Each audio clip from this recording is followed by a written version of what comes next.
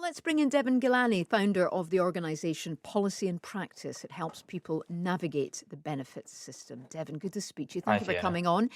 So, those figures, 1 in 5 working age adults are out of work due to health conditions. From your perspective, your experience, what's driving that?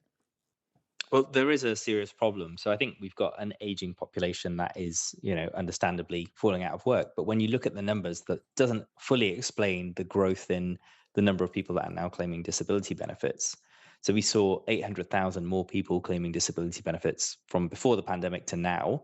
And you can explain maybe half of that, just over half of that, through kind of an aging demographic population. But there's still over 300,000 people that just aren't explained by Mm. that. So you need to look at why that's the case.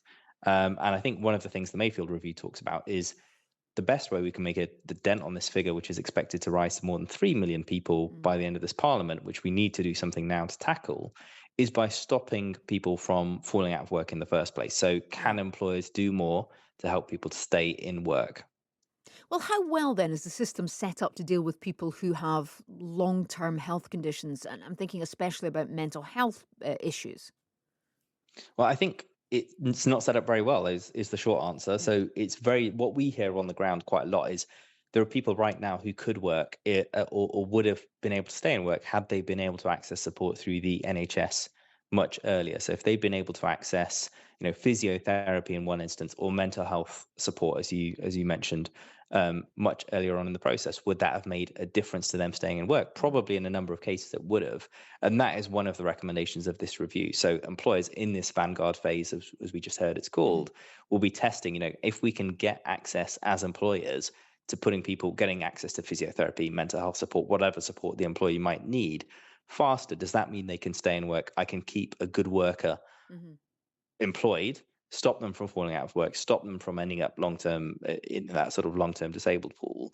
And is that the main issue? So would that make a difference? And I think Mhm. my instinct is it would, right? Having to wait a long time when we work in this space, we work a lot with local authorities and others across the UK. And one of the biggest challenges we face right now is if you've been out of work for a long time, it's much harder to get people to engage to get employed again, right? If you've Mhm. been out of work for 2 years or more, that's going to be a much harder job to get you back into work. And we So actually ran because a trial. Oh, go ahead. you lose skills and things like that, but confidence, is that why?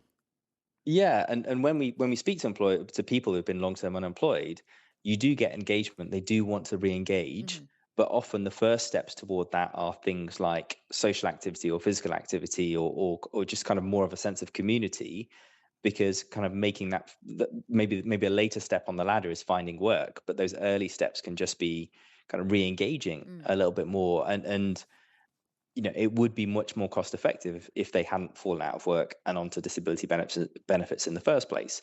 We're not going to be able to help absolutely everyone because obviously in some cases the disability is such that, or the health limitation is such that you have to stay out of work. And And how much yeah, worse do you think this has got, or more significant, post COVID after the pandemic? Has that had an issue? Has that had an impact? yeah. So I mentioned at the start how some of the numbers have increased by from 800,000 to 2.3. By 800,000 to 2.3 million today. That is, a higher than expected increase. There are probably two groups. You've got that an older population, but you've also got some more younger people who perhaps are finding it hard to get into work in the first place because they're struggling with mental health issues or kind of other challenges, and they're turning to the benefit system for support. But really, the benefit system isn't doing enough to help them get over the kind of health issue that they're facing. And in some senses, the benefit system can park people onto long-term disability benefits without doing enough to help them stay independent. And I think for young people that can be a problem. The government has announced some new schemes to try and tackle this. But I think that is one of the drivers of Mhm. us being in the problem that we're in. And just finally, Deborah, and briefly, and I know it's something you probably can't do briefly, but the people who aren't looking for work, how do we encourage them to look for work? I think I think a lot of people are looking for work, as I guess in the first instance, is dealing with the barriers that they face. So I would Mhm. say speaking with them, listening to them about what's holding them back, what support they need. When we think about disability benefits, a lot of it's about people talking about what they can't do, and I think flipping that conversation to what can you do, but also what do you need to be able to stay independent for Mhm. longer is a really good way. That's a different way of tackling something.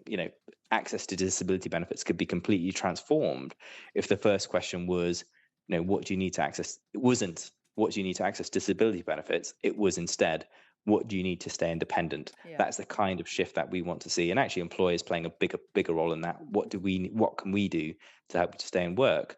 That can be a positive step, although it's worth saying we do ask a lot of employers Mm. already.